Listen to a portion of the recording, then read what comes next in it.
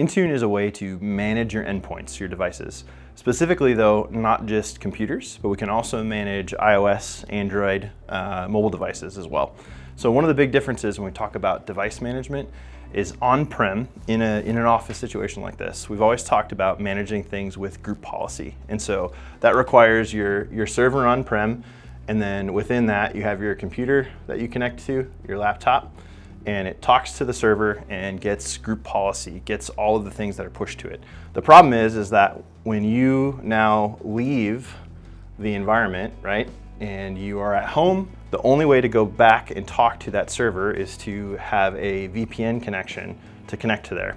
So one of the big things that we can introduce with Intune is the ability to do that from a cloud platform.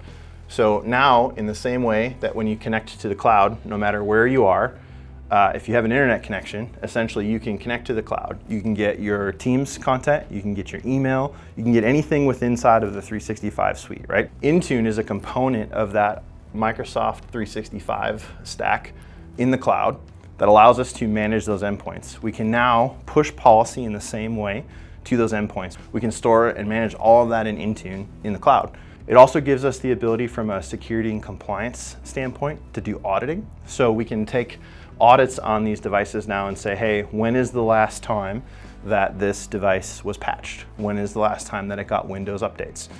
It then again gives us that ability to walk through and do the same type of thing for cell phones. So we can set policies that say, hey, in order to access our email, you have to have the latest version or one version back of iOS. So that gives us the ability in a way that we haven't had on-prem to also then control our devices, control our information, and make sure that everything is locked down accordingly.